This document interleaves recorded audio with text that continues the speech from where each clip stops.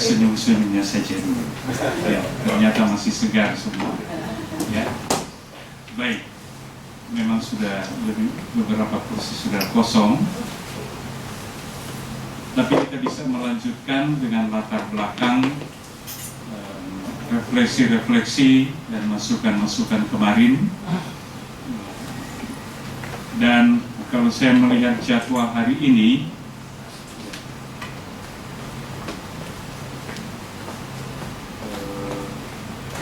sesi kelima, sharing pleno. Kalau saya memahami bahwa sesi ini akan lebih ditujukan untuk menemukan hal-hal apa yang barangkali Foxpoint bisa lakukan ya di hari-hari yang akan datang, dan tentu tidak akan lepas dari konteks perjalanan bangsa kita di hari-hari yang akan datang atau di tahun yang mendatang ini.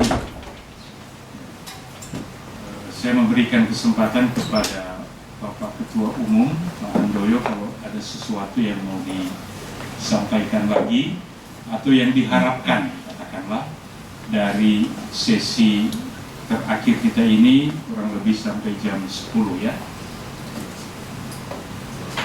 atau setengah 10. Setengah 10 ya. Lalu kita siap-siap untuk bisa jam 10.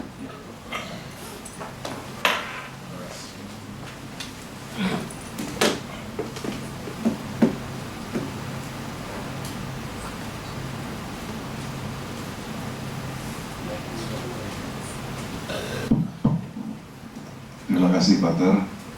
Jadi sesi yang 1,5 jam ini kita ingin sekarang kita mendapatkan input dari hasil kita dari kemarin, kemudian apa yang kita akan lakukan secara organisasi dan secara individu.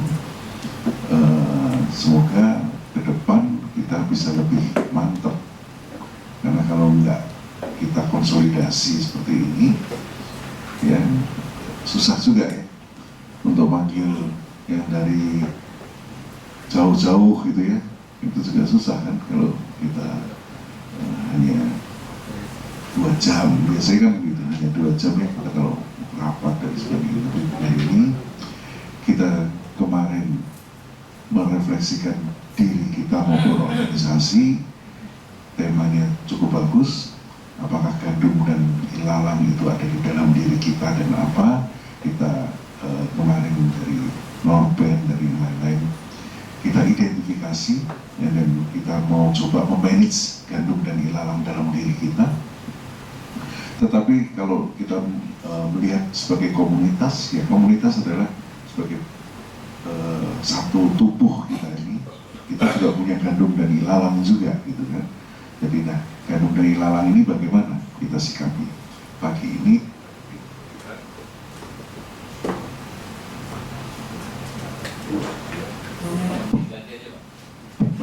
kita lebih melihat kepada apa saja yang kita bisa lakukan sebagai sebuah komunitas, sebagai sebuah organisasi. Saya rasa itu, silakan ada yang mau berbicara, silakan. Ervan kemana ya? Ada tadi.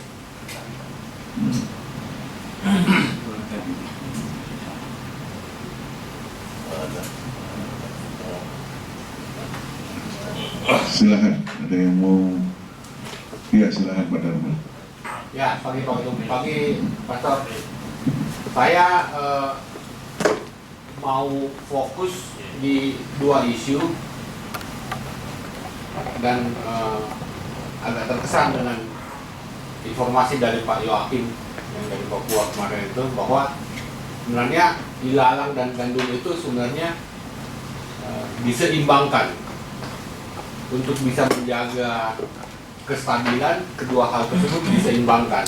Jadi mungkin bagaimana fokus kita berbicara menyeimbangkan ilalang dan gandum di dalam diri kita sendiri, lalu bagaimana juga menyeimbangkan ilalang dan gandum dalam komunitas kita. Dua hal tersebut.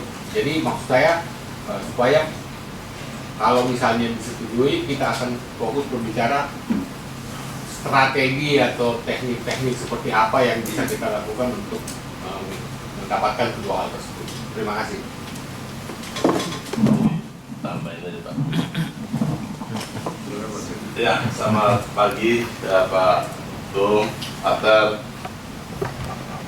Kita bicara mengenai ilalang dan gandum. Selama hidup kita masih bernafas, pasti itu selalu ada. Ilalang itu ada hambatan.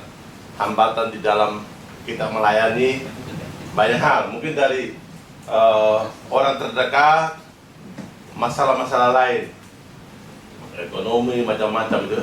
Jadi dalam firman Tuhan, besi menajam besi, manusia menajam manusia. Jadi selama di dalam sebuah organisasi pasti ada hambatannya. Tapi gimana kita menyikapi bahwa setiap hambatan itu, kalau kita punya hati sungguh-sungguh mau melayani, itu bukan suatu hambatan, tapi sebagai pendorong kita lebih lagi untuk berusaha untuk mengatasi hambatan itu seperti ilalang. Jadi sebenarnya ilalang itu sebagai pemicu untuk kita lebih giat lagi untuk melayani. Jadi jangan sampai ilalang itu kita diseimbangkan. Kita harus mengedepankan lebih banyak kita melayani. Akhirnya juga hambatan-hambatan yang tadi kita anggap sebagai ilalang itu makin berkurang. Jadi saya kira kalau kita mau bicara di dalam suatu komunitas apapun ya, penting kita sejauh mana kita punya hati untuk mau berkomitmen dalam pelayanan. Pasti hambatan-hambatan itu makin lama makin akan tersingkir sendiri. Banyak orang selalu bergelut bahwa ilalang terus, dia masalah terus ya. Sebenarnya kalau kita di dalam Tuhan, kalau sungguh-sungguh kita mau melayani, ilalang itu bukan suatu hambatan. Banyak. Kami di Fox itu saya bergabung hampir 35 tahun di pelayanan. Banyak hambatan, bukan hanya dari luar, dari dalam sendiri banyak hambatan. Keluarga atau teman komunitas, banyak hambatan. Tapi intinya satu, kita mau masuk di suatu organisasi itu, apa passion kita? Kita punya hati apa untuk kita di situ? Kata apa? Dalam firman, di mana hartamu berada, di situ hatimu berada. Tapi selama kamu nggak punya hati untuk satu komunitas, jangan harap kamu bisa bertumbuh di dalam komunitas itu. Jadi mari ini pengalaman bahwa ilalang itu sebagai pemicu aja supaya kita lebih sungguh-sungguh untuk menghasilkan buah. Gandum itu kan buahnya. Nah, sejauh mana kita menghasilkan buah dalam pelayanan kita? Nah, kita harus sungguh-sungguh, kan? Memang di dalam komunitas banyak, ada yang mencari waktu, ada yang membuang waktu, ada yang mencari muka, ada yang mencari panggung. Karena untuk kepentingan kita sendiri. Tujuan kita untuk di setiap komunitas adalah gimana kita sebagai duta besar kerajaan surga bisa melakukan apa yang terbaik di dalam komunitas itu. Kalau kita melakukan sesuatu bahaya di dalam komunitas, hambatan-hambatan dari ilalang-ilalang itu otomatis akan tersingkir sendiri. Tapi jangan melihat ilalang terus. Selama ini banyak yang melihat ilalang, hambatan terus. Tapi dia tidak melihat gimana pertolongan Tuhan dalam kita melakukan setiap pelayanan di dalam komunitas itu. Jadi bagi saya komunitas ilalang itu sebagai pendorong supaya kita lebih kuat lagi untuk melayani. Toh akhirnya juga dia akan tersingkir kan. Macam kalau ilalang sama gandum, pada akhirnya finalnya waktu saat panen ketahuan mana yang gandum, mana yang ilalang. Akhirnya ilalangnya akan tersingkir sendiri. Jadi selama kita masih bernafas, ilalang itu selalu ada. nggak ada bilang nggak ada, karena kita masih ada di dalam dunia. Tapi kalau kita punya hati untuk melayani, percaya aja, hal itu bukan suatu hambatan. Nah, kalau kita tertuju, mata itu tertuju pada Tuhan dan kita mau melayani, hilang otomatis sendiri akan tertinggi. Terima kasih, Pak. Ada lagi? Silakan Pak Andreas. Selamat pagi.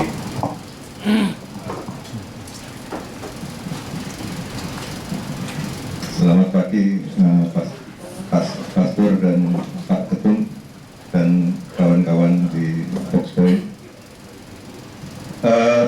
Saya mau sharing tentang pengalaman saya saya selain di Foxpoint juga di FKUP Tangerang Selatan. Di FKUP Tangerang Selatan itu ada 17 anggota, yang Katolik hanya 1, yang 12 Muslim, yang lain 5 agama yang lain, Konghucu, Hindu, Buddha, Kristen 111. Jadi dari 17 anggota itu hanya Katolik 1. Jadi saya berkutat di mereka. Jadi selalu ada aja yang istilahnya ya, karena Pak Ketua saya itu selalu bilang, wah saya menyandarkan hidup saya pada Katolik, padahal ketuanya Muslim ya. Saya menyandarkan selalu menyandarkan ke Katolik gitu daripada ke agama lain. Nah itu di situ selalu ada yang iri aja, ada ya kita berkomunikasi dengan mereka juga baik-baik aja semua, cuman kalau di belakang ya kadang-kadang ada yang bilang, ada yang ngerasain pokoknya ya kurang baik lah gitu. Tapi kita jalankan aja apa yang terbaik kita bisa berikan kepada komunitas. Ya lama-lama suara itu hilang sendiri gitu. Jadi sumbang suara yang sumbang itu akhirnya hilang sendiri gitu. Juga beberapa kegiatan yang mungkin bisa kita tiru atau apa ya, di kita itu ada namanya kajian lintas agama. Jadi kenapa ada kajian lintas agama itu karena kalau enggak kenal maka tak sayang. Jadi mereka saling men-sharing agama masing-masing, Kristen, Katolik, Hindu, Buddha, Konghucu, itu semua sharing tentang pengalaman agamanya dan pertumbuhan agamanya, sehingga yang Muslim itu mengenal gitu ya. Jadi tahu, tadinya nggak tahu bedanya Kristen dan Katolik, jadi sekarang tahu gitu. Nah, saya nggak tahu ya apakah dengan ini Foxpoint bisa masuk di mana ya, di FKUP itu, karena kita juga dekat dengan pemerintah daerah. Jadi mungkin nanti mohon petunjuk dari Pak Ketua aja kalau mungkin Foxpoint bisa masuk di pemerintah daerah itu di apa yang kita bisa lakukan gitu dengan kedekatan kita kepada pemerintah daerah.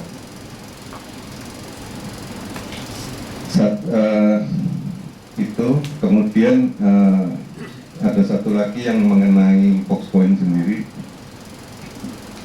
Saran aja Pak Ketua, mungkin karena kita ini anggota Foxpoint ini, kadang kalau kita mau merekrut anggota baru itu pada bingung gitu kan, kapan dia diakui sebagai Foxian gitu. Itu kita nggak punya pedoman itu. Jadi asal masukin grup udah selesai jadi anggota gitu kan. Nah apakah ada nomor anggota atau kartu anggota atau apa, jadi mereka punya moral mereka untuk saya Foxian gitu. Jadi mereka paham mengenai itu.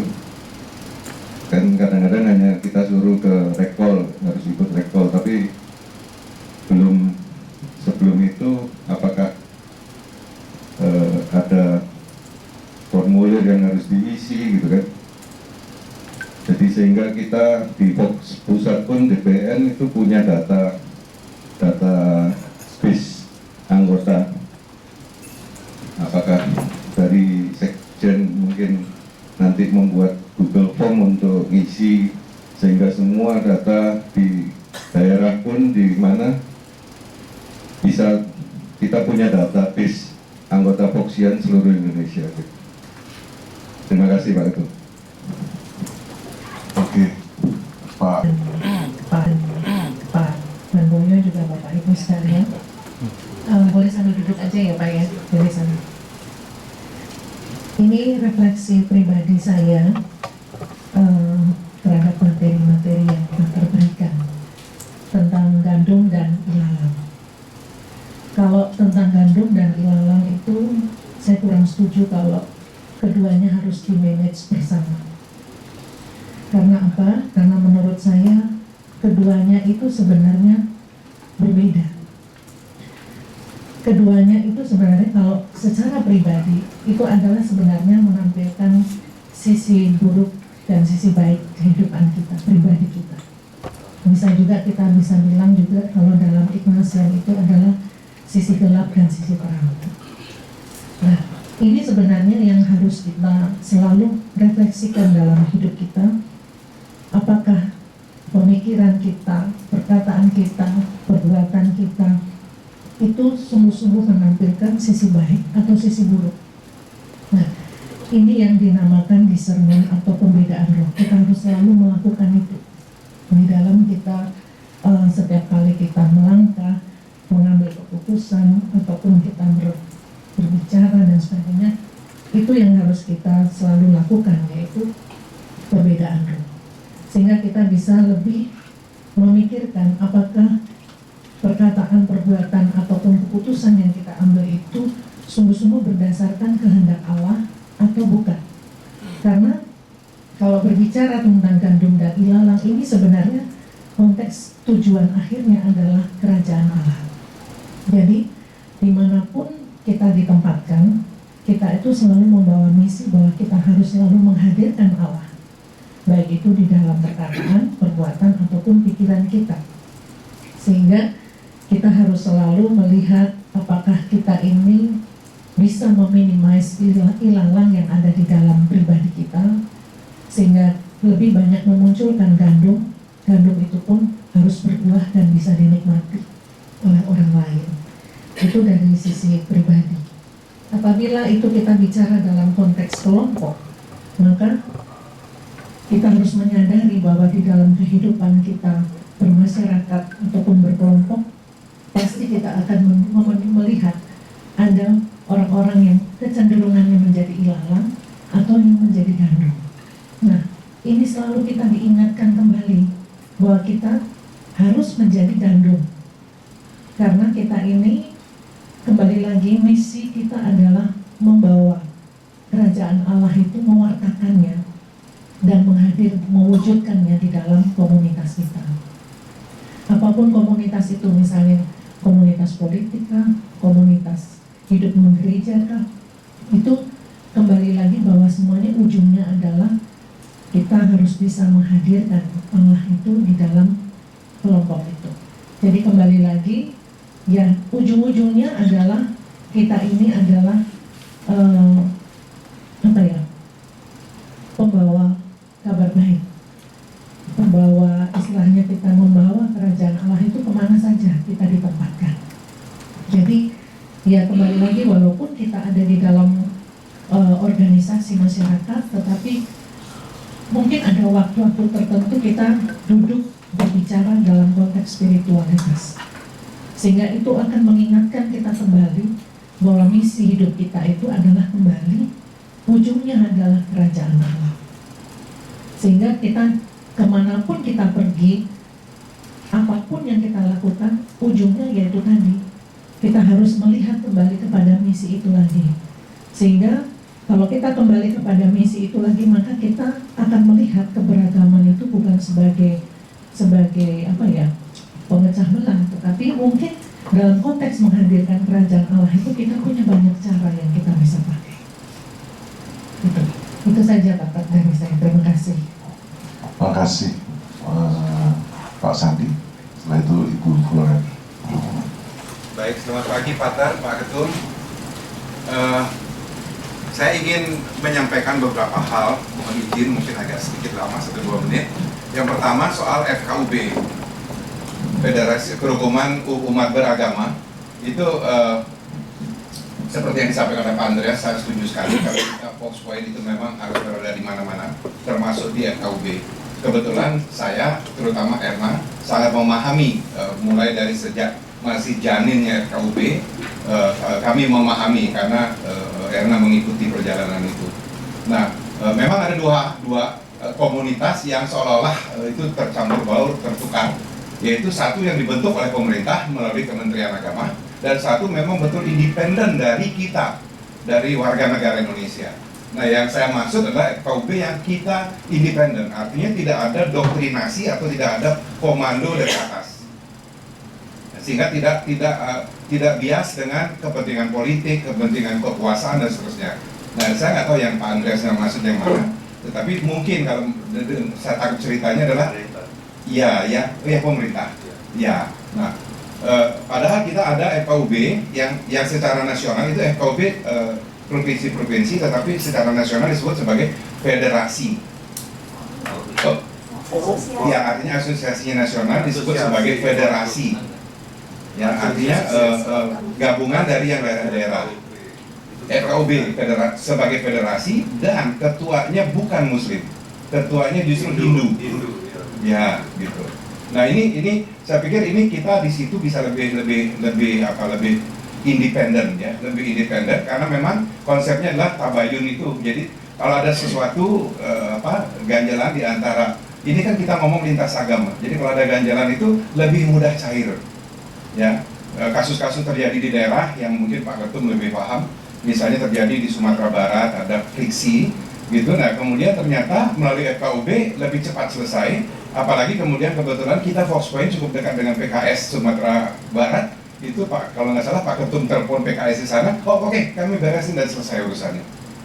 Padahal itu kan sebetulnya cukup serius ya masalah di situ, masalah yang terjadi konflik horizontal itu dan seterusnya. Nah, kenapa saya menyampaikan itu? Karena saya tahu persis ketika pertama kali kongres, kalau nggak salah di Medan, itu nanti mohon Bu Erna bisa lebih detail menceritakan.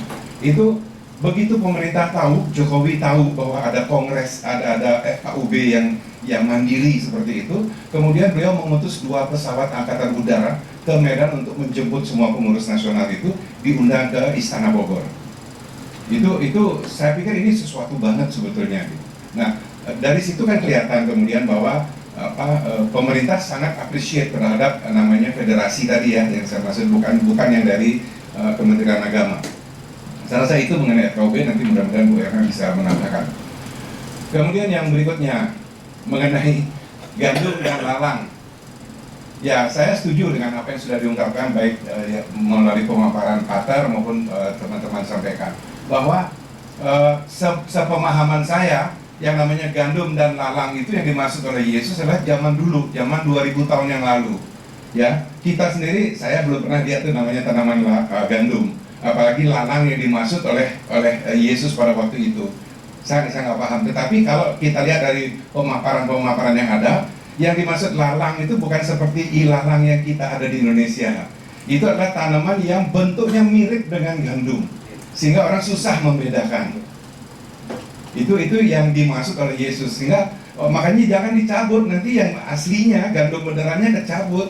Tapi kalau kita di sini katakan tanaman apa gitu ya, tanaman apa dengan rumput ilalang mudah kita pisahkan, mudah kita pilih yang mana kita cabut. Tapi yang di sana dimaksud tuh kenapa? Karena pada waktu itu banyak orang yang dikatakan oleh Yesus sebagai serigala berbulu domba. Jadi nggak bisa dibedain, sama-sama domba kelihatan gitu. Padahal sebetulnya satu domba beneran, yang satu adalah serigala yang menyamar. Nah, Kemudian yang kedua itu yang diwaspadai oleh Yesus, yaitu serigala yang berbulu domba, karena Yesus mengatakan bahwa itu berbahaya. Nah, kalau kita lihat bagaimana sikap Yesus menghadapi itu terhadap kesalahan orang, itu Yesus sangat mudah mengampuni. Terhadap kesusahan orang, apakah penyakit, apakah kesusahan cacat, dan segala macam, itu Yesus begitu mudah tergerak oleh belas kasihan. Itu Yesus. Tetapi terhadap serigala berbulu domba, Yesus sangat keras. Makanya disebut dengan 7 celaka. Tapi Yesus mengutuk dengan kata-kata, celakalah kau, hai orang munafik. Ya, ada 7 macam dikutuk. Itu keras sekali Yesus. Seolah-olah Yesus tidak mau memaafkan. Karena apa? Karena dia menyesatkan orang lain. Nah, saya pikir ini yang barangkali kita perlu, bahwa kita, nggak tahu, saya mungkin terlalu pede merasa patar bahwa kita semua ini gandum. Kita bukan luput lalang dimaksud seperti itu. Oleh karenanya, seperti yang disampaikan Bu Grace tadi, saya setuju bahwa janganlah kemudian kita menjadi lalang ya, menyesatkan orang lain. Karena sebetulnya kita ini gandum. Nah, itu yang terjadi, yang saya lihat di politik kita, bahwa kita ini gandum tetapi bertindak seperti lalang. Ini yang repot gitu. Dan bahkan kemarin itu saya agak protes, mohon maaf Pak Ketum, di grup saya agak terima gitu ya, karena kalau kita umat ya mungkin masih orang maklum, tapi kalau klerus mengatakan sebetulnya dia gandum tapi bersikap sebagai lalang, itu saya kaget gitu. Sampai kata-kata saya agak kasar waktu itu. Apakah yang menulis itu seorang Katolik? Bukan. Karena kalau Katolik harusnya ikuti seperti Yesus. Kesalahan apapun di pihak lain, kita harus bisa memaafkan. Karena Yesus mengatakan, hari ini ada kesusahan kesusahan hari ini biarlah untuk hari ini. Esok hari ada kesusahannya sendiri. Ya, itu yang harusnya kita pegang. Nah, terhadap perbedaan itu memang kita tidak bisa hindari. Terhadap perbedaan itu kita tidak bisa hindari. Kalau ngomong sekarang capres 3 itu, tiga-tiganya punya kesalahan masa lalu. Kita nggak bisa bilang yang saya bela nggak ada salahnya, gitu nggak bisa. Kita berusaha menjadi gandum sendiri, kemudian menuduh yang lain sebagai lalang, itu menurut saya kurang fair. Kenapa demikian? Karena saya mengetahui ketiganya itu punya masa lalu, gitu. Nah, sehingga nggak bisa kita bilang kemudian saya ngomong yang situ tuh begini soal dosa-dosa masa lalu diungkit-ungkit semua gitu. Seolah-olah bahwa kita sebagai Katolik itu adalah pendendam, tidak mau memaafkan kesalahan orang lain. Seolah-olah kita nggak pernah salah. Nah, itu yang saya pikir. Nah, dalam hal ini saya ingin sekali menyampaikan bahwa sebetulnya kita berbeda pandangan itu hal yang harusnya bisa diterima sebagai keniscayaan. Contoh. Kalau saya bertanya kepada Bapak Ibu, Pangeran Diponegoro itu pahlawan atau bukan? Kita semua akan menjawab pahlawan, betul kan? Tapi coba kemudian Anda datang ke Belanda, ya, lihat buku sejarahnya SD, SMP di sana. Kemudian gurunya bertanya, Diponegoro itu siapa? Mereka akan jawab apa? Siswa di sana akan jawab apa? Pengkhianat dari timur, pengkhianat yang betul-betul merusak kita. Sama, di kita juga satu koalisi dan koalisi lain begitu, tergantung dari kita berdirinya di mana. Dari situ kita menggunakan pandangan sesuai dengan kita berdirinya di mana.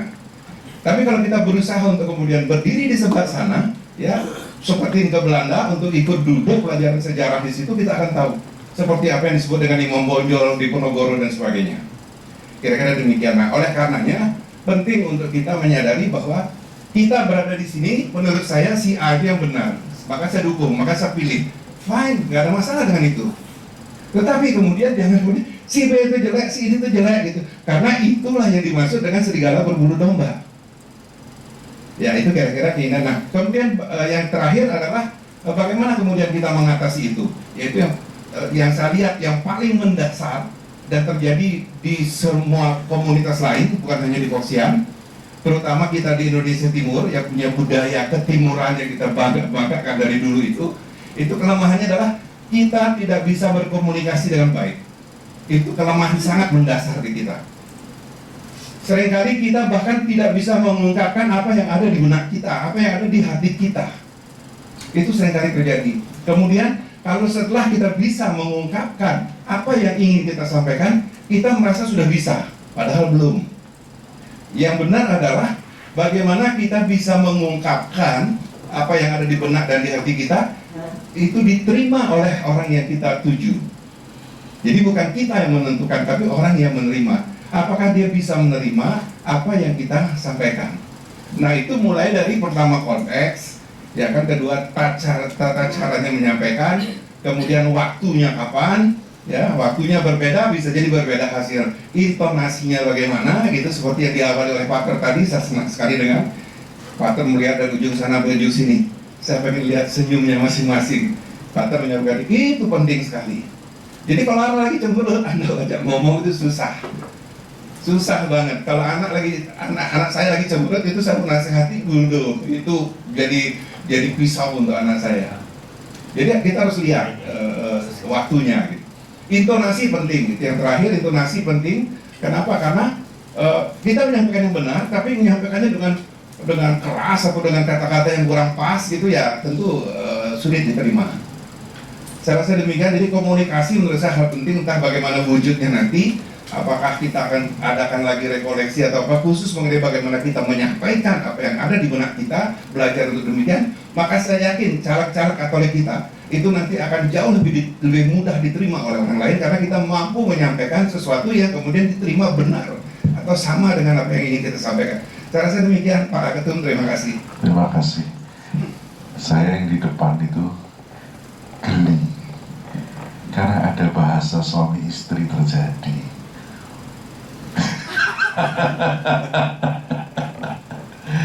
Ya, seperti ini salah satu contoh. Ya, kita ini kadang-kadang kalian berkelahi gitu, terus orang lain lihat dari atas, ini yang namanya helikopter view ya. Alah, cuma geleng-geleng kepala aja. Kenapa sih kalian ribut pepesan kosong misalnya? Kalian nggak tahu, tapi yang lebih di atas akan lebih tahu. Ya seperti inilah contoh kecil. Kok kayaknya kepanjangan tuh ya. Enak aja sih istri. Langsung suami tahu ini terakhir. Nangkep aja Pak Ketum. Oh iya, ini bahasanya. Nah artinya saya mau memberi contoh. Lihat, karena Anda tidak melihat, tapi Anda tahu kalau ada seperti itu pasti tahu. Kenapa? Karena kebetulan saya ada di sini. Saya bisa lihat kan. Kalau saya ada di antara Anda semua, nggak bisa lihat. Ini perjalanan apa? Pengalaman-pengalaman hidup yang kadang-kadang sepele, tapi mendalam loh. Sangat mendalam. Kalau kita tidak tahu itu, kemudian kita ngomong sesuatu yang salah, salah. Akan lebih celaka. Silakan Bu Floren.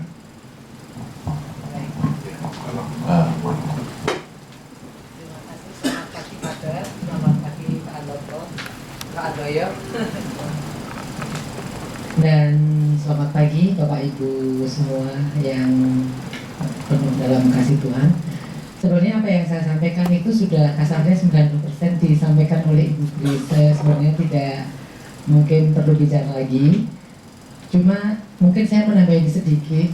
Segala sesuatu itu kalau kita implementasikan dalam kehidupan kita sehari, kita kembali tujuan hidup kita ini apa? Mau nanam gulma, ilalang, atau menanam gandum. Nah, itulah seperti yang Ibu Grace sampaikan, bahwa itu hal kebaikan dan keburukan sebagai simbol. Kalau simbolnya mungkin Pak Sandi mengupas lebih dalam menurut Alkitab, kalau kita hanya secara awam memandang bahwa kita melihat bagaimana itu ilalang dan gandum. Jadi kenapa itu ilalang tuh bisa tumbuh? Ilalang tumbuhnya di mana? Ilalang itu akan menempatin lahan-lahan kosong yang tidak dipelihara. Kalau kita mempunyai lahan hati kita tidak pelihara dengan kebaikan, mengisi dengan menanam gandum-gandum, membuat sesuatu kebaikan, pasti di situ akan tumbuhlah ilalang-ilalang liar. Ya makanya di dalam menyikapi untuk kehidupan kita sehari-hari, setidaknya kita itu hidup itu punya tujuan dulu. Tujuannya apa? Lahan hati kita mau tanemin apa? Mau menjadi, kita mau panen gandum atau membiarkan hati kita kosong untuk ditumbuhin gulma-gulma ilalang. Sekalipun ilalang seperti Pak Sandi bilang, sebenarnya semua juga punya manfaat. Tergantung itu untuk kepentingan apa. Karena ilalang pun juga diambil oleh para petani untuk makanan sapi yang akhirnya bermanfaat juga. Gitu.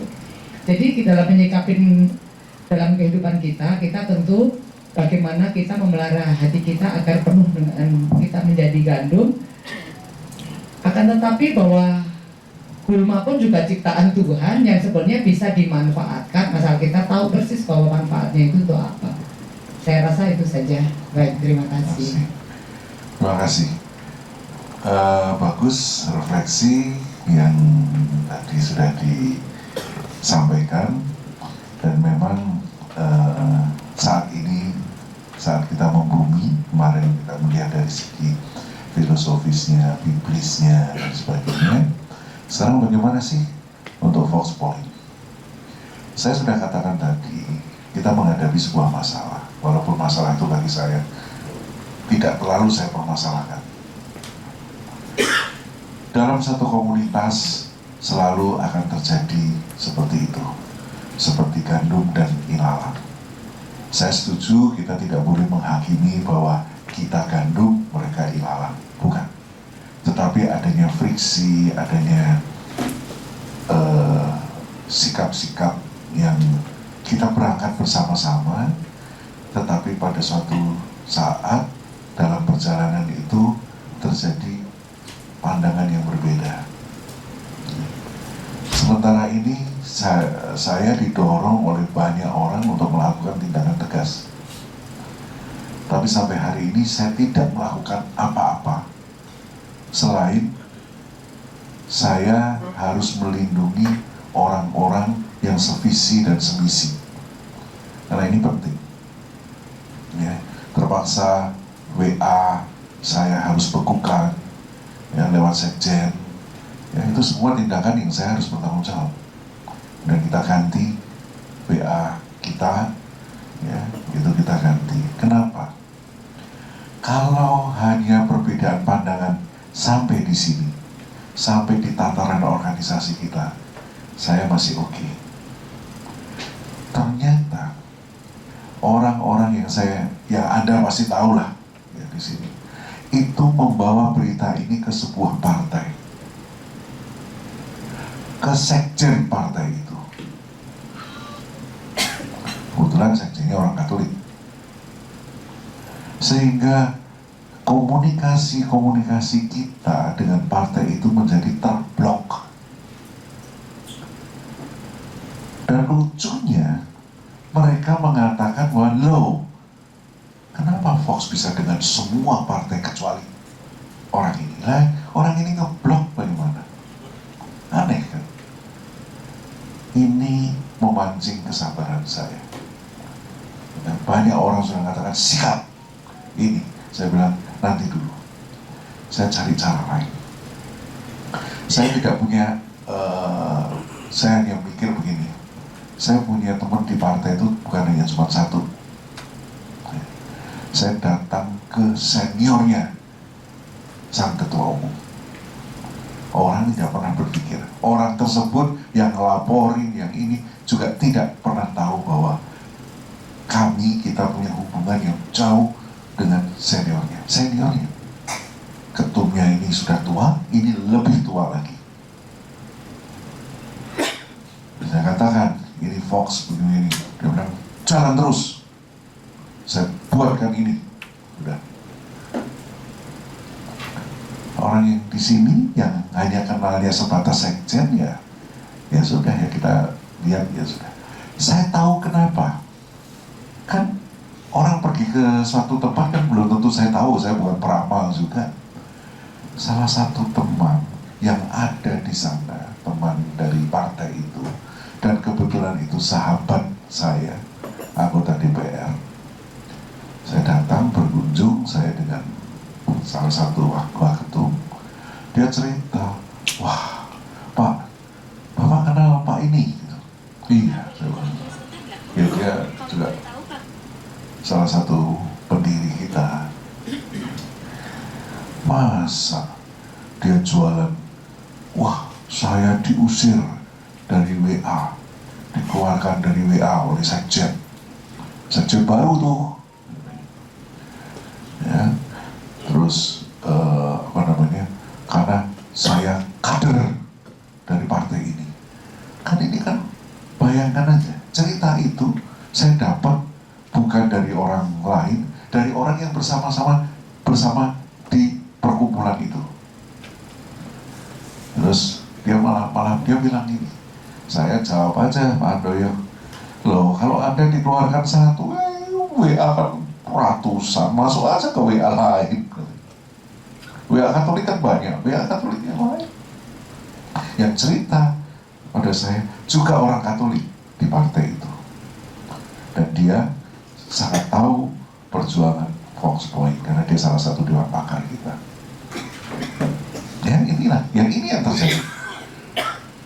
Tapi sampai sejauh ini saya tidak melakukan tindakan apa-apa. Dia himpun pengikut, dia masuk ada WA sendiri. Tapi saya lihat itu Pak Jack juga ada di sana, juga nggak bergerak apa-apa. Ya, tapi ini terjadi. Yang saya katakan gandum dan ilalang ini terjadi.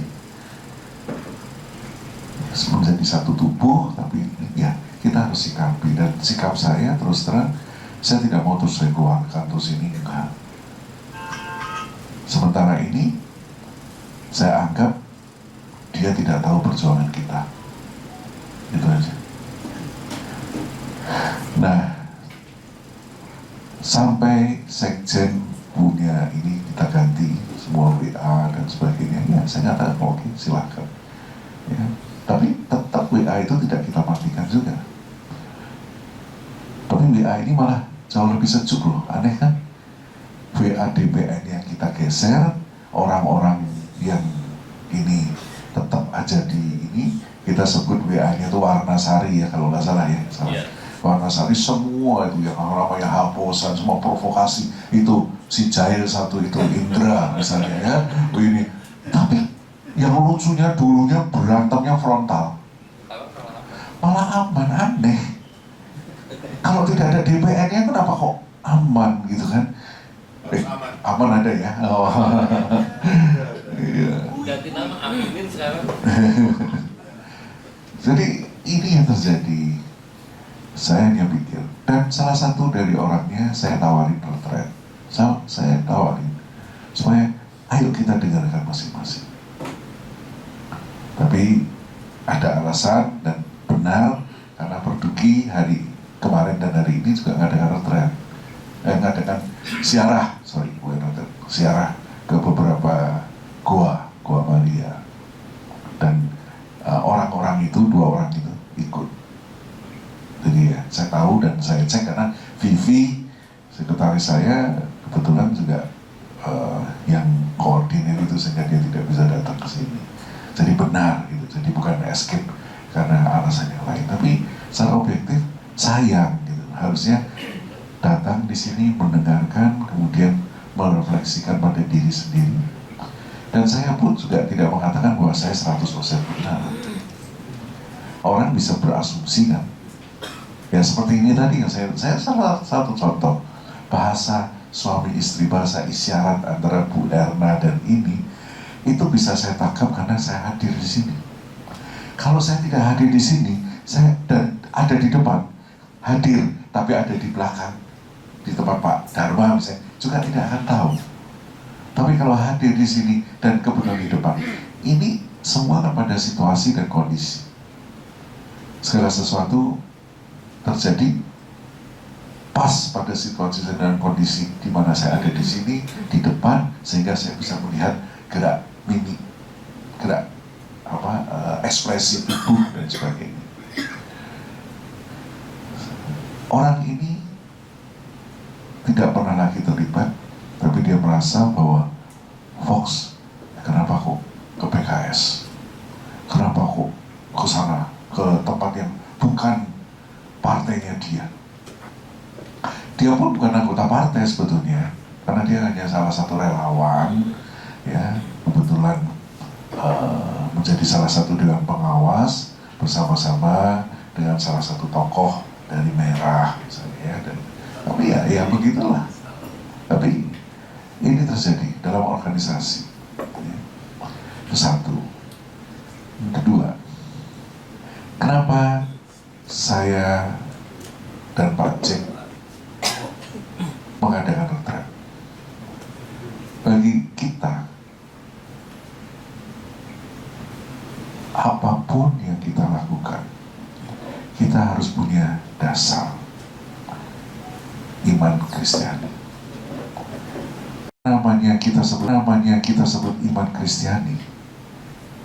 Kalau kita tidak pernah dicas, kayak aki yang segitu bagusnya, nggak pernah dicas sama ini, ya habis.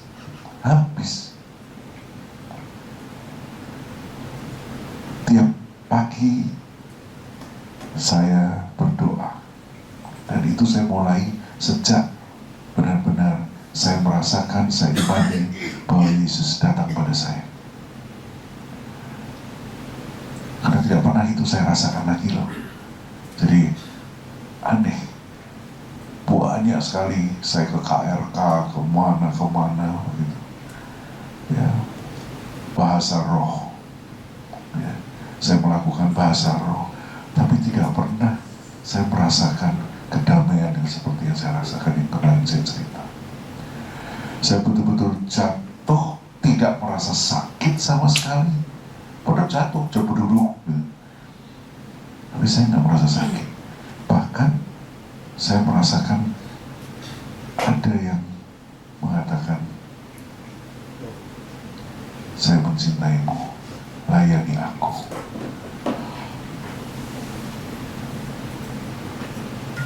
Hampir sampai satu seminar itu saya menangis habis saya menangis. Dan di situ saya berjanji 25% waktu saya, Tuhan akan saya persembahkan untukmu. Kemudian jadi 50%, sekarang menjadi 90%. Saya ingin melayani sampai akhir hayat saya. Dan itu yang membuat saya kuat. Kalau enggak, saya sudah habis saya di Fox. Pater, saya mendirikan persekutuan doa karismatik, itu tidak ada apa-apanya ternyata. Jauh lebih mudah, walaupun intrik orang, orang muntaber ya kan, mundur tanpa berita, itu hal yang banyak terjadi ini. Tapi di Fox bukan main. Saya merasakan bukan main, tekanannya bukan main ini. Sampai saya hampir menyerah, tapi saya ingat Tuhan sudah mengatakan ini, mungkin inilah panggilan saya terakhir dalam hidup saya. Saya nggak kepingin umur panjang, enggak. Selama saya masih berguna untuk orang lain. Karena saya orang Ignatian Loyola. Bagaimana perjuangan Ignatius dan Loyola, ya, man for others, itu benar-benar membuat inilah hidup saya. Saya harus berguna untuk orang lain. Kalau nggak berguna, kalau saya menjadi beban, lebih bagus saya nggak.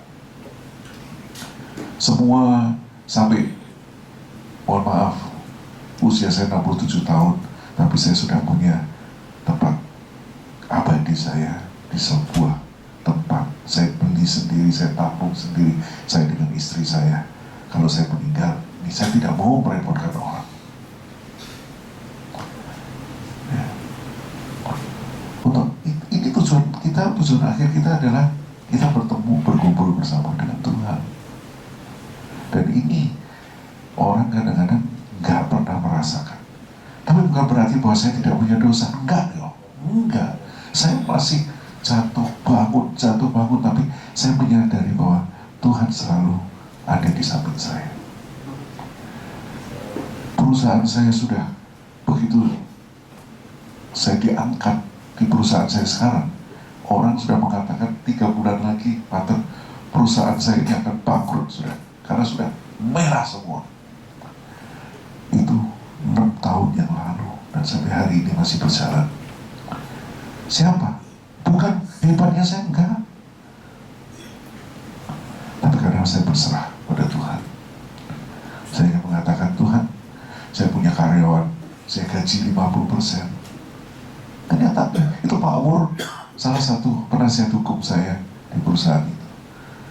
Bagaimana saya berunding, ya bagaimana saya PHK, bagaimana saya ini. Kenapa? Ada yang diajak ya. Pak, kita diajak ajak dong. Nah, tapi ini kenyataan. Bagaimana akhirnya mereka oke, bagaimana saya berhasil tanpa aturan. Nggak ada tanpa aturan. Power penuh dengan aturan. Saya katakan enggak. Bagi saya adalah saya ini punya niat jahat atau tidak terhadap karyawan saya. Benar nggak? Saya punya maksud atau itikat tidak baik. Kalau hari ini saya tidak punya uang, ini finansial perusahaan, baca. Gak pernah saya sembunyikan kok. Saya nggak mampu menyembunyikan. Tapi kalau kita bersama-sama, ayo. Yang PHK itu 2 tahun ya saya cicil, 2 tahun atau 3 tahun. Itu gelombang ya, ada gelombang pertama, gelombang 4 gelombang. 2,5 tahun. Itu.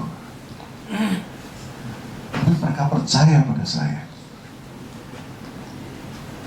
Saya hanya mengatakan apa yang saya ucapkan itu saya lakukan. Hidup nggak lama kok, ngapain sih? Gitu. Fox waktu pertama lahir,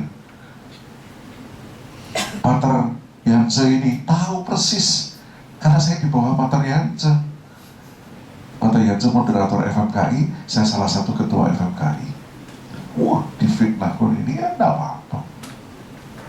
Rapat-rapat Pater Yance datang saya. Pernah nggak saya banyak ngomong? Saya nggak pernah banyak ngomong. Nggak pernah saya mau mengarahkan ini, enggak. Saya ikut aja salah satu ini. Tapi ada kegiatan, Pater Yance tahu. Kegiatan FMKI, KAC. Siapa yang selenggarakan? Jadi, saya mau bekerja, saya mau berkarya. Fox 2 kali sebelum Fox berdiri 2 kali saya tolak.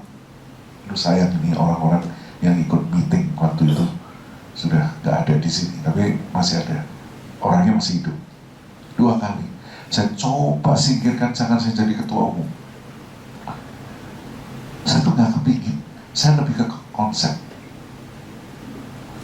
Saya orang yang lahir dari bagaimana membuat konsep, bukan orang yang mau operasional.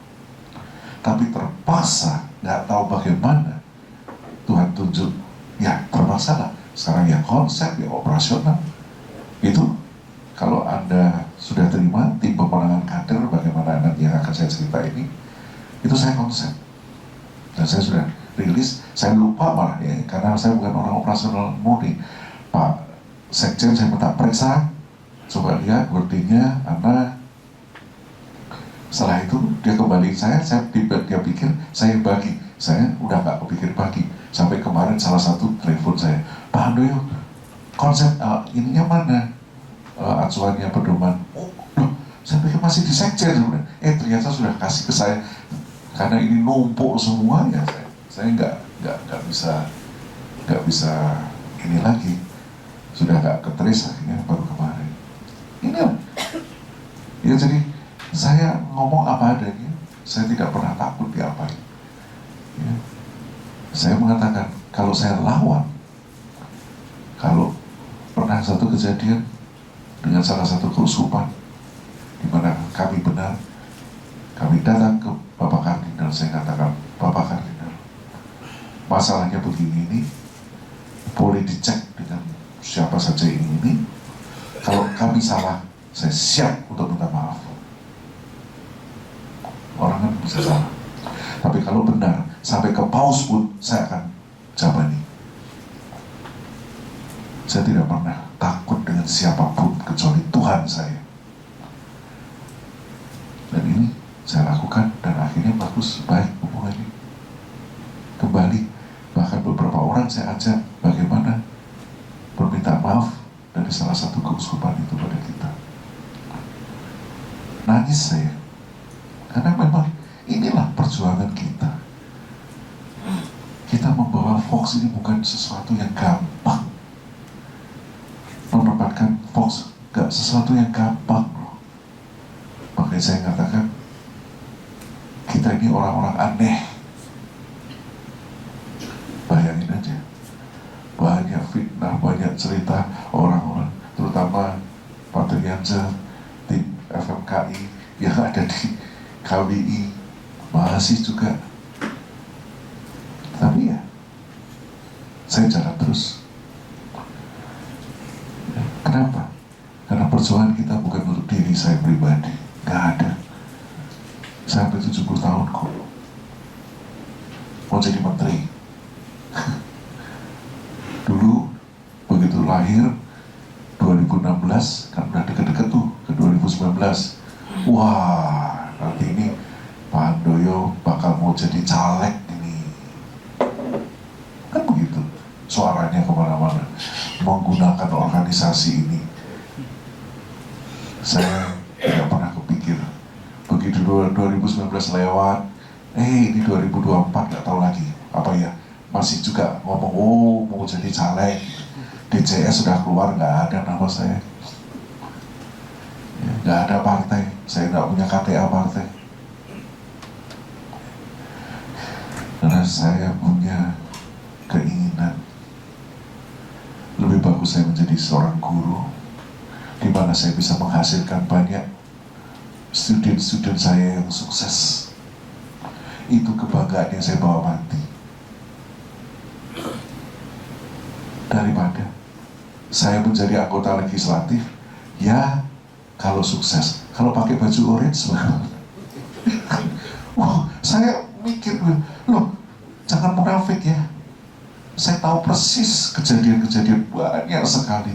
Teman-teman tuh curhat, teman-teman DPR tuh curhat di ruang-ruang mereka. Kalau bersama dengan saya, godaannya bukan main.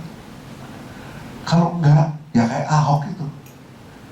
Nggak mau ya, sampai uang sidang pun tanda tangan, ini resmi nggak, mana peraturannya, kalau ini oke, kalau enggak, no.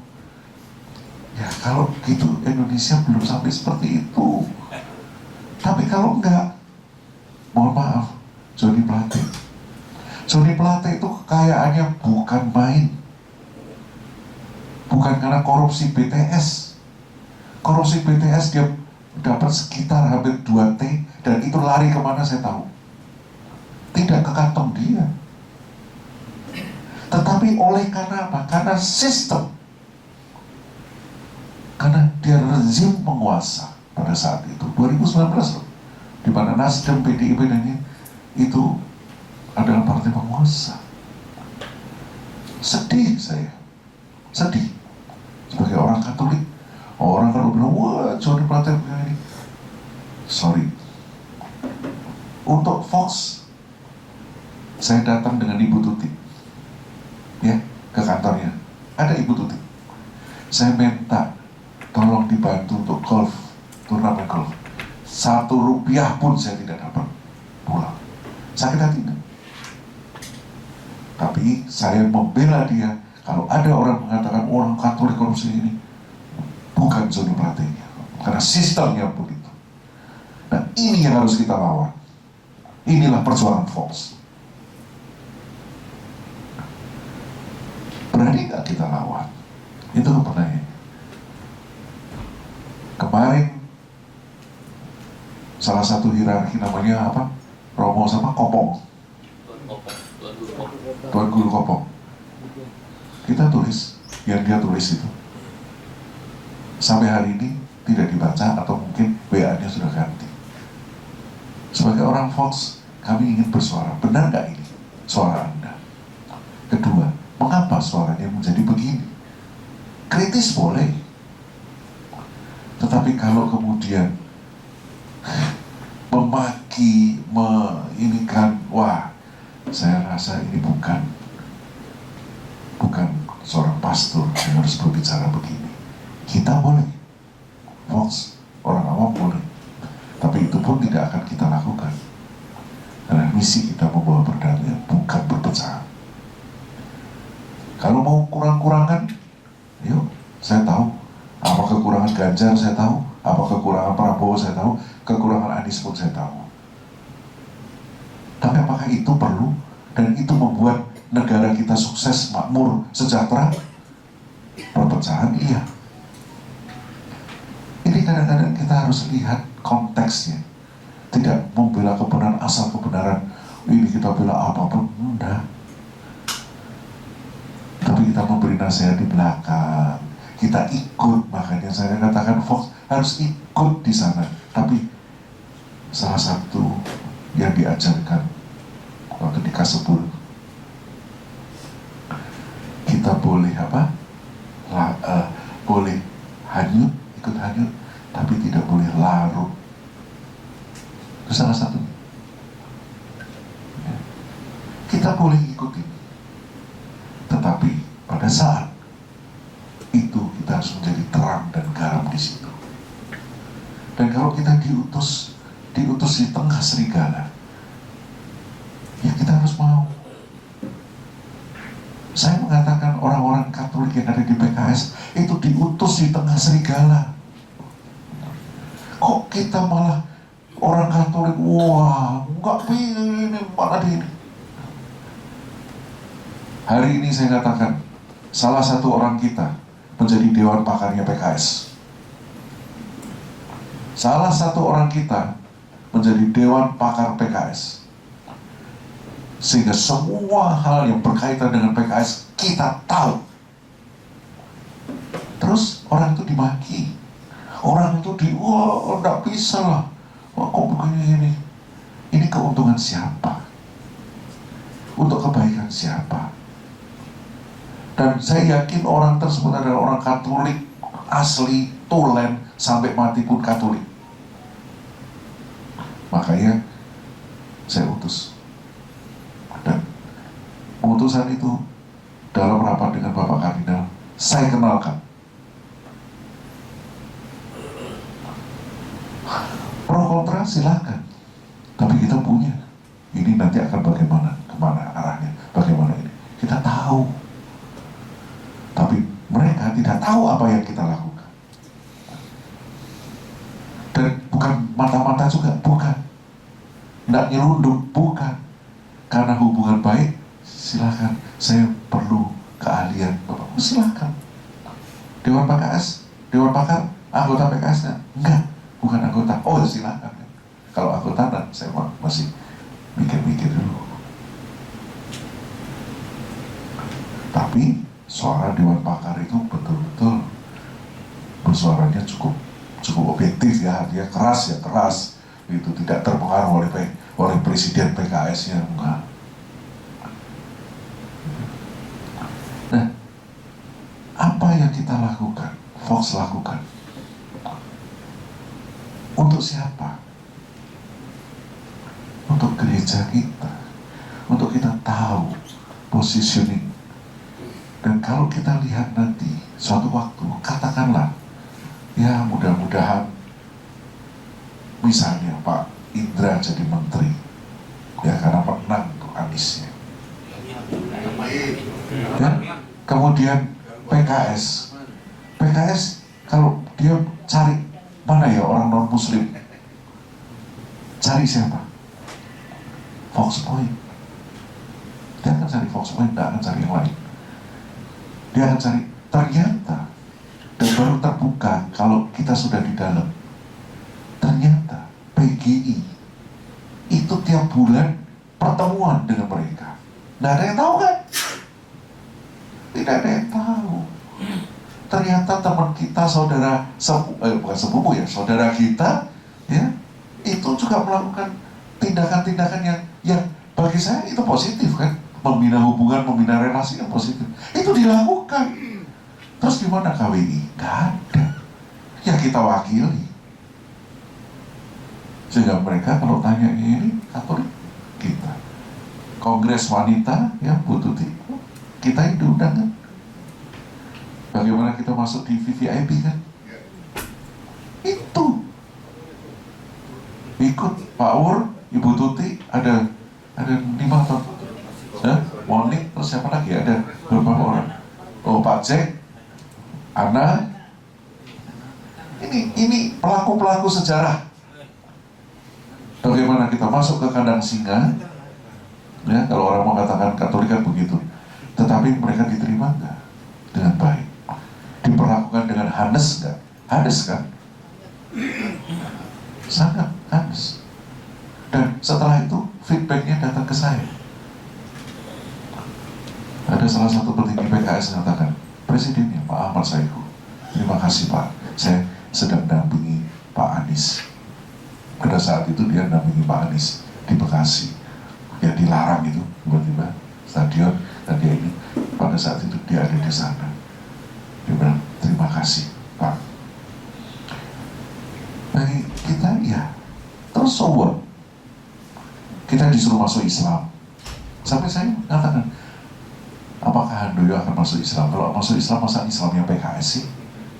Islam NU lebih jauh lebih bagus, Islam Nusantara gitu kan? Ya kan kita nggak begitu gitu. Dan mereka juga tahu ada batasan-batasan yang tidak bisa dilalui, itu mengenai masalah iman. Ini strategi Fox yang kita lakukan. Pagi ini saya minta beberapa 4 November itu pengumuman DJT. Dengan pengumuman DJT saya akan kehilangan banyak waketum. Saya akan banyak kehilangan direktur yang masuk menjadi caleg tetap. Nah, mudah-mudahan yang di sini ya ada yang mau menambah waktunya untuk Fox.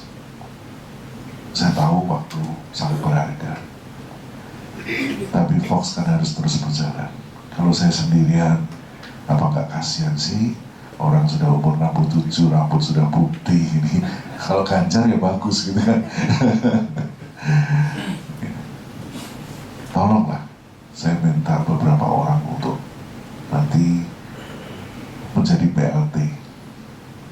Karena saya akan tunjuk PLT. Dan lumayan banyak loh. Posisi Bu Devi, posisi Abosan, posisi Pak Indra, posisi Pak Rudolf, ya. Terus siapa lagi lah? Ada beberapa lagi waketum yang menjadi caleg. Saya ingin supaya sampai Februari mereka konsen betul-betul. Ya. Setelah itu baru, dan saya punya rencana, tapi ini masih rencana, nanti saya akan panggil Pak Waketum supaya Bung Ervan bisa menjadi salah satu PLT Waketum. Sekarang sudah terbuka kan, kita punya semua, jadi mudah-mudahan pressure yang datang, yang telepon saya itu orang kering-kering satu. Tapi saya di situ saya tahu bahwa Fox diperhatikan. Jadi mudah-mudahan saya akan mendapat tambahan nih. Mungkin kalau Sylvie dari Bekasi masih punya waktu, Ibu Floren ya masih punya waktu, Ibu Chris, Lawrence sudah mulai saya libatkan dalam. Norben saya minta ayo ya. Nanti siapa lagi lah yang deket-deket di Jakarta, tolong, karena kalau enggak pincang sekali, saya harus kehilangan banyak orang. Tapi dengan berangkat kita diisi oleh Pak Triance, kita lebih tahu Gandum dan Ilalang, kita lebih wise, dan saya setuju sekali memilih Gandum dan Ilalang versi, dan mungkin Pak Ter juga setuju, itu sangat susah karena hampir mirip sekali, yang salah nyabut kan itu banyak gitu kan, bisa terjadi itu bagus sekali. Yang sementara kan kita lihat Ilalang itu apa, alang-alang gitu ya, bukan alang-alang. Kemarin saya boleh bilang untuk ngademnya, saya dulu kalau panas mesti minum alang-alang gitu. Oke, ada lagi yang akan bertanya, silakan Pak Nobi. Mohon Bu Erna. Ya.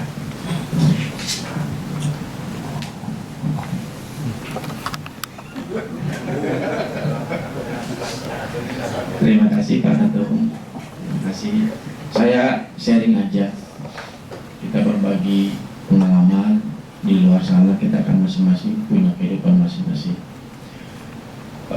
saya bercerita, saya sebagai kader Gerindra banyak cerita terkait gandum dan dalam tadi. Tapi saya anggap ini, saya nggak mengatakan seperti Pak Sandi bahwa Lalang sama Mas Sukadi itu orang yang munafik ya, tapi kita sangat frontal antara hitam dan putih.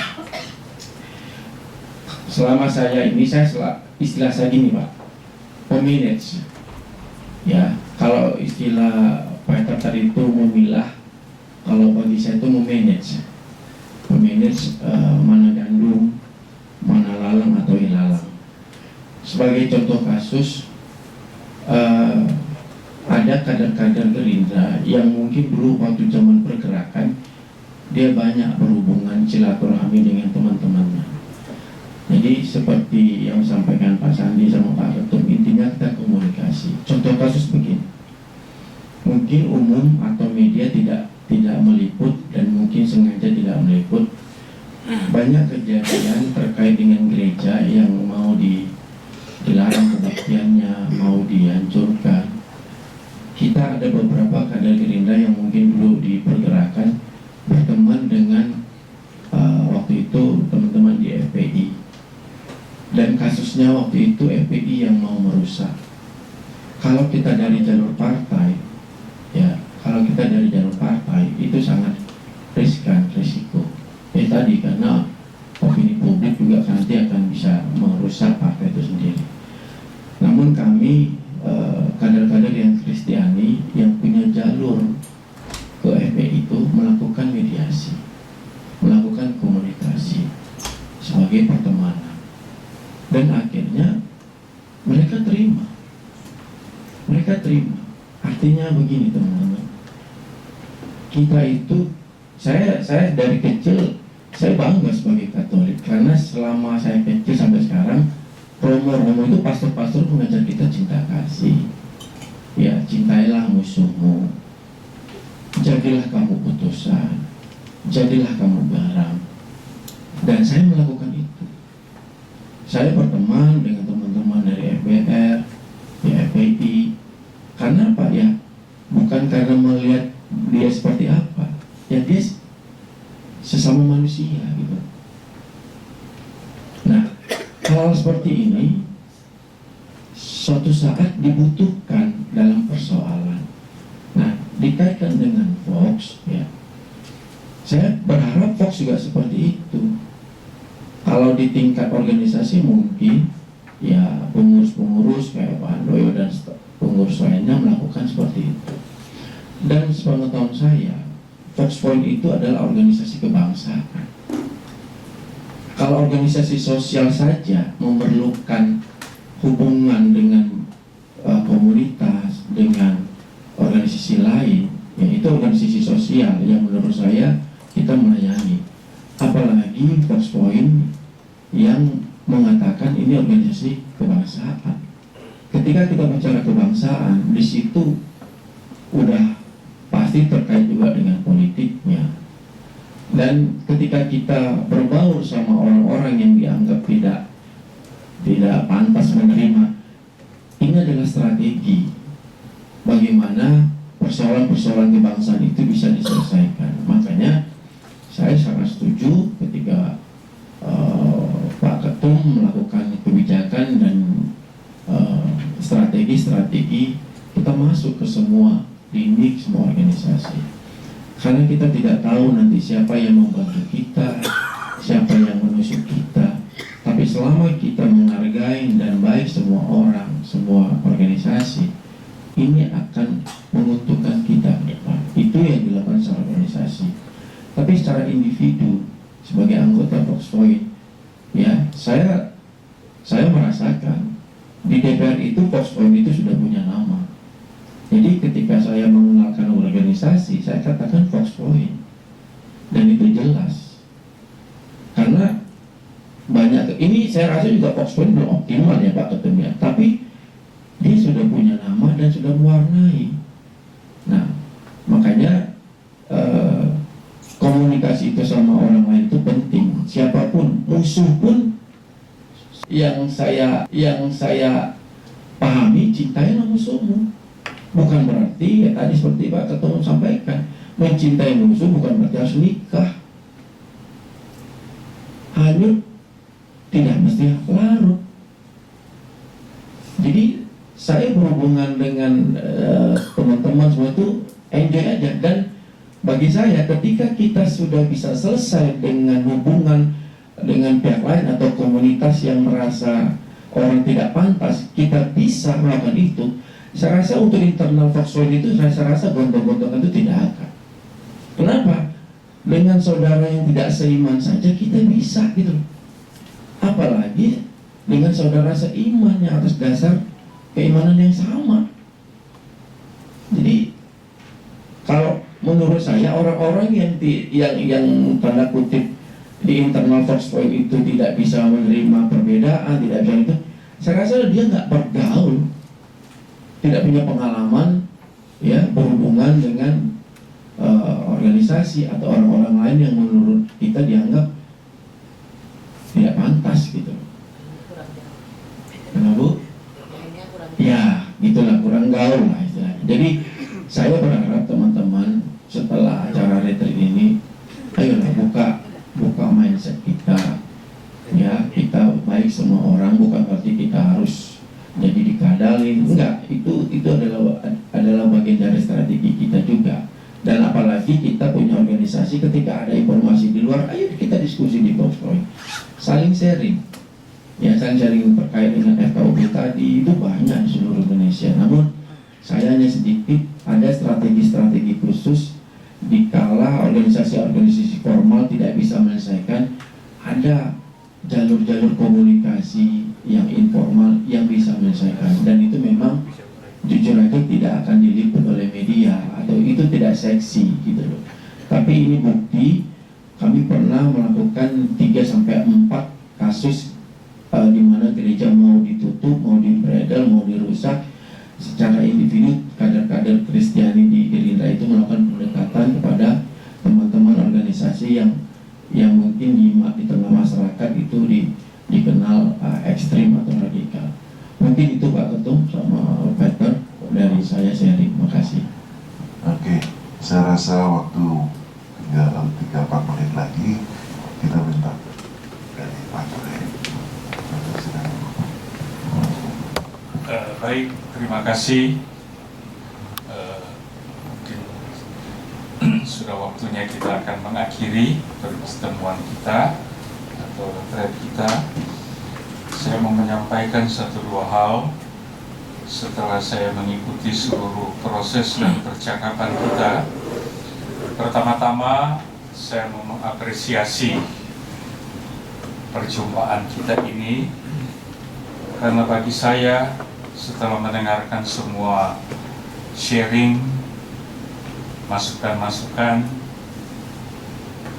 saya dapat mengatakan bahwa wawasan saya tentang keterlibatan kaum awam Katolik dalam public life, katakanlah, menjadi lebih luas. Kalau kita mendengarkan ada banyak keluhan-keluhan pastor-pastor yang tidak mengerti, tapi cepat sekali berkomen mengenai si A, si B, si C, atau partai A, B, C, dan lain sebagainya. Kemungkinan ini juga karena kurang wawasan, kurang informasi juga yang lebih lengkap. Pertemuan ini menyadarkan saya bahwa memang sebagai awam Katolik kita harus masuk dalam semua lini kehidupan publik itu. Saya menghargai rekan-rekan yang berada dalam pelbagai kelompok, katakanlah. Untuk apa? Seperti kita sudah tekankan, untuk menjadi ragi dan garam di sana. Ya. Lalu saya teringat akan ucapan terkenal dari Paus Leo Agung, yaitu Christian, remember your dignity. Jadi orang-orang Kristiani, maksudnya tentu orang-orang Katolik, ya, ingatlah selalu akan martabatmu sebagai orang Katolik, sebagai pengikut Kristus. Jadi dimanapun kita berada, ya, ingatlah itu, karena itu menjadi identitas kita. Ya. Nah, konteks kita di Indonesia misalnya, ya, mungkin kalau kita mengatakan kita harus menjadi juga prophetic voice, ya, vox prophetica, ya, kita buat itu dalam konteks Indonesia yang sangat diwarnai dengan kebinekaan itu. Ya, di tempat-tempat lain memang prophetic voice ini, ya, disuarakan dengan sangat lantang begitu. Ya, mungkin kita mengikuti perkembangan yang ada di Nicaragua. Ya, Presiden Ortega, ya, di sana. Bagaimana, ya, karena dia tidak senang dengan kritikan yang tajam-tajam terhadap dia, lalu dia bahkan membubarkan, ya, menyuruh Yesuit itu hengkang dari sana. Bahkan ada 2 uskup yang dituduh secara tidak adil, ya, masuk di pengadilan, ada 1 diusir, ya, yang 1 masuk penjara. Ya. Mungkin karena prophetic voice mereka itu terlalu kuat. Ya. Saya kira sebagai kelompok yang bernafaskan Injil, Fox Point juga memang perlu menyuarakan kebenaran ini. Tapi konteksnya kita, ya, konteks di sini. Ya. Apalagi, ya, kalau kita memandang diri jumlah kita tidak banyak. Oke, itu yang pertama. Lalu yang kedua, saya mau kembali kepada tema kita, yaitu lalang dan gandum. Dan dari sejak kemarin orang sudah men-sharingkan bagaimana itu. Tapi saya mau ingatkan, jangan lupa kalimat terakhir dari Injil. Sesudah dikatakan, biarlah keduanya tumbuh bersama sampai waktu panen tiba. Jadi tidak hanya berhenti pada biarlah mereka tumbuh bersama-sama. Kalau begitu memang, ya, dia seperti tadi betul dikatakan, lalang di sana itu bukan seperti ilalang kita di sini. Jadi dia seperti juga saya sebutkan kemarin, ya, itu mirip tanamannya, sehingga ketika mereka tumbuh bersama-sama, ya, begini dia bersamaan. Nah, mana yang gandum, mana yang lalang, nanti kelihatan kalau dia sudah berbuah. Ya, kalau sudah berbuah itu baru kelihatan, oh ini yang lalang, ini yang gandum. Ya, maka dipanen pada waktunya, ya, dan tentu yang diambil adalah yang gandum. Nah, begitu juga dalam ketika kita menerapkan itu dalam kehidupan, katakanlah public life ini, ya, pada waktunya kita harus memilah-milah, ya, yang saya katakan di sermon itu. Tentu yang akan kita ambil, yang akan kita petik, yang dikatakan gandum itu, yang berbuah gandum, bukan yang menjadi lalang. Ya. Ya. Jadi sekali lagi jangan lupa, jangan cuma sampai pada oh dia tumbuh bersama, tapi panennya itu yang lebih penting. Dan panennya itu kita katakan, ya, buah-buah yang baik tentu. Dan mungkin disinilah juga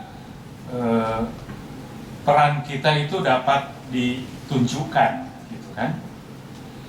Dan lalu saya juga mengikuti, ya, perjalanan dari Fox Point selama 7 tahun, tidak lepas dari begitu banyak tantangan dan harus diiringi dengan perjuangan yang berat.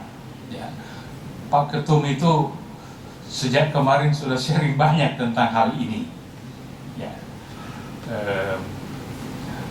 Dan kita tahu memang setiap perjuangan pasti tidak mudah. Ya.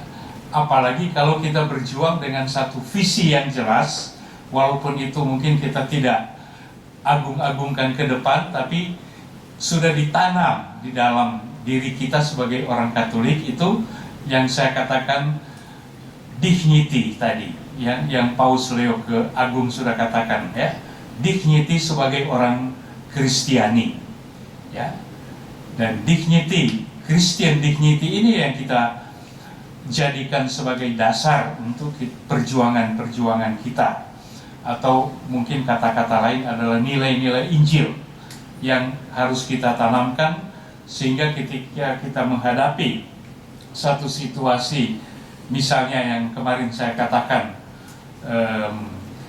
politik itu memang selalu cair, ya, tapi jangan sampai, ya, dignity kita itu cair juga di dalamnya, tapi itu harus jelas. Ya. Jadi sekali lagi terima kasih. Ya, saya ikut diperkaya, ikut diperluas dalam pertemuan kita ini dengan mendengarkan semua sharing yang disampaikan. Terima kasih.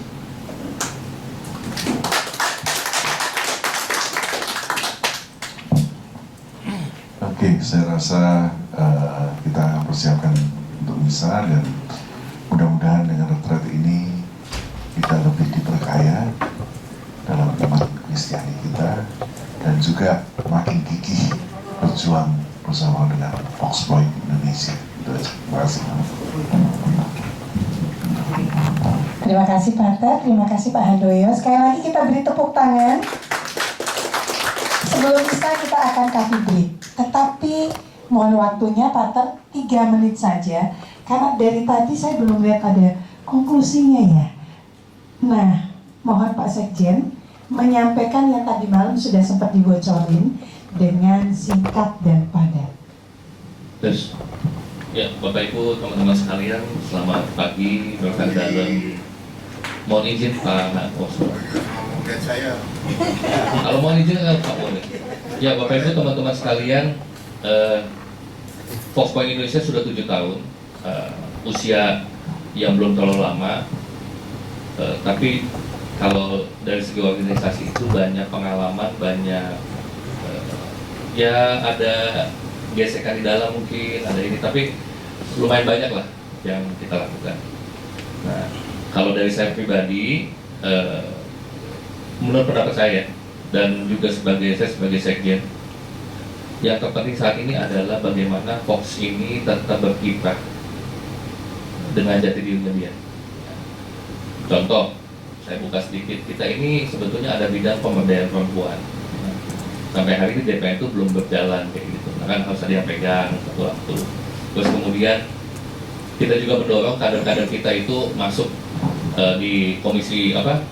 Contoh ada komisi penyiaran, komisi perlindungan anak dan lain-lain, itu juga belum banyak. Nah, kita butuh teman-teman sekalian.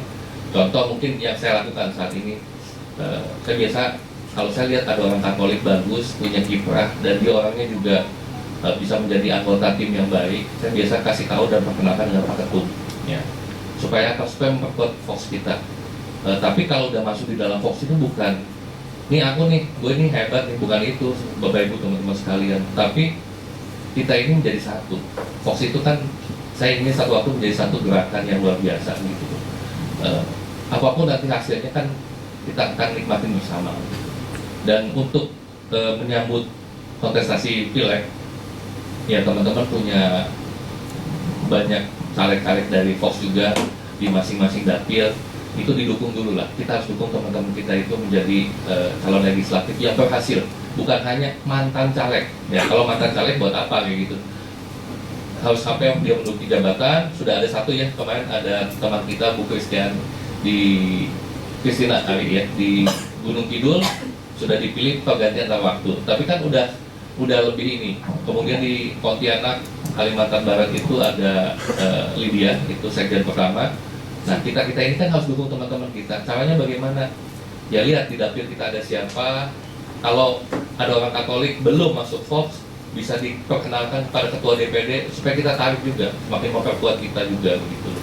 Jadi itu teman-teman yang harus kita lakukan. Terus kemudian kalau ada ide-ide bagus, silakan bisa kontak ketum, bisa kontak saya atau waketum yang terkait. Contoh, mungkin ada teman-teman yang kenal atau mungkin ada yang di bidang hukum, bisa kontak saat ini Pak Wiono ya. Itu kan bisa ke sana. Kemudian ada apapun itu, kita kan butuh banyak sekali teman-teman sekalian. Terus kemudian ada Fox Point TV, ini juga nanti akan dibenahi lagi. Saya sudah minta tolong Rian juga akan itu, dan anak-anak KMK itu udah mulai juga. Jadi kita punya kaderisasi dari zaman mahasiswa, kita harus punya juga. Nah, kalau kita punya kader mahasiswa, setelah dia matang, ya kita minta dia nyebar kemana-mana. Ya, tetapi mereka orang Fox gitu. Itu teman-teman yang kita lakukan. Mulainya dari mana? Mulai saat ini, teman-teman sekalian. Sekarang juga. Sampai kapan ya? Sampai selama teman-teman enjoy dan menikmati berkiprah di Fox, silakan. Di sini ada dari Banten, ada dari DKI, ada dari Bekasi juga. Jakarta tidak bisa, DPN tidak bisa berjalan tanpa didukung oleh teman-teman ini. Penyangganya kan ada di Bekasi, Depok, tadi Banten. Ya, teman-teman tolonglah bantu kita untuk ini supaya semua berjalan dengan lancar ya. Itu kalau dari saya untuk semua yang sudah kita alami kebersamaan kita dari kemarin. Capek nggak? Menyita waktu nggak? Menyita dana juga nggak? Pasti teman-teman sekalian. Tapi dalam hidup itu semua hal ada pengorbanan. Sama seperti kita dulu memilih, kita dibaptis sebagai seorang Katolik, kita tahu begitu kita dibaptis seorang Katolik, ada salib yang harus kita panggul. Bapak Ibu sekalian, menjadi seorang Foxian itu ada salib, ada hal yang harus kita pertanggungjawab. Dengan apa? Dengan berkarya. Buat siapa? Buat gereja, buat bangsa dan negara Indonesia tercinta. Terima kasih, selamat pagi. Terima kasih Pak Yudi. Kita akan bersiap untuk misa penutup jam 10 tepat. Kita masih ada waktu 15 menit ya, 15 menit untuk coffee break. Pakar nanti mohon izin begitu selesai misa, Pakar tidak perlu buka juga dulu untuk foto bareng ya, supaya kelihatan bahwa kita ada kudus-kudusnya dikit di foto keluarga. Mohon izin, Pak. Silakan.